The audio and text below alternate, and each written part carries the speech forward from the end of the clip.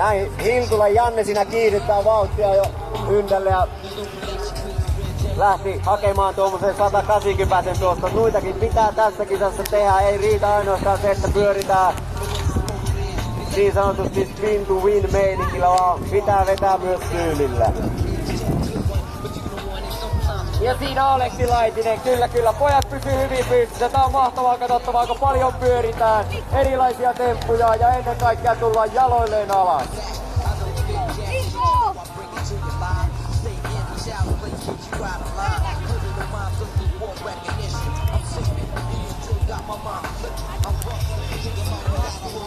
Niko Ylivaara backflipillä aloitti tämän skavaa. Erittäin tyylipuhdas suoritus.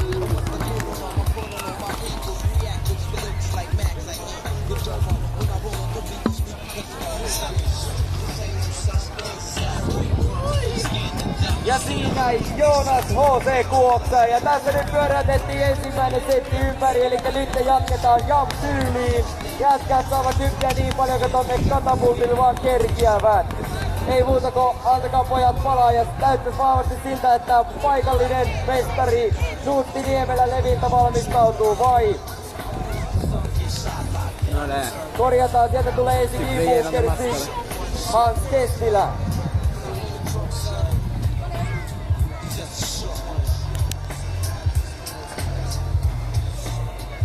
Hans Kestilä, kotikeskus on Mustavuori. Tråkigt. Kisatuloksena mainittakoon muun muassa Rails on Fire 2005 Tampereella kolmossia, SM-kisat Saffressa 2006, Miesten Slopestylin nelossia. Ja vauhissa Nuutti Niemelä, kyllä. Ja näin tyylipuhas backkirodea todella pitkälle, varmaan kun 20 metrin leiskautus oli. Hyvä Nuutti.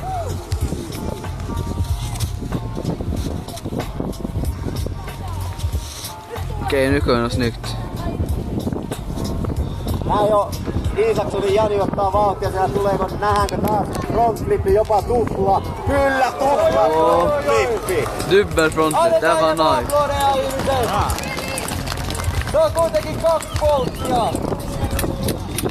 Mahtavaa, aikaan mennään tuo vielä päälle. Lisää vauhtia ja lisää painetta, niin kyllä se siitä. Snart så samlar på 3.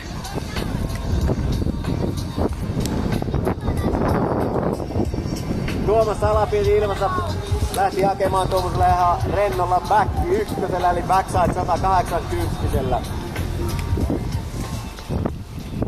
Tosiaan tuo batterikatapultti vetää kavereita tuohon noin 70-80 kilometriä tunnissa.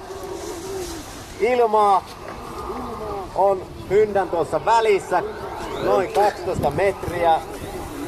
Hyppyrin nokka on 4,5 metriä korkea, alastulon alku on 7,5 metrin korkeudella.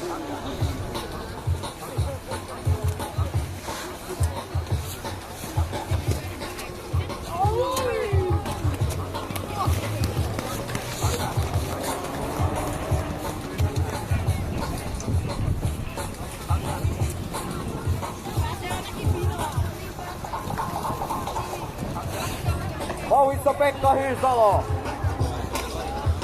Kyllä, tasaisen tappoa, loistavaa.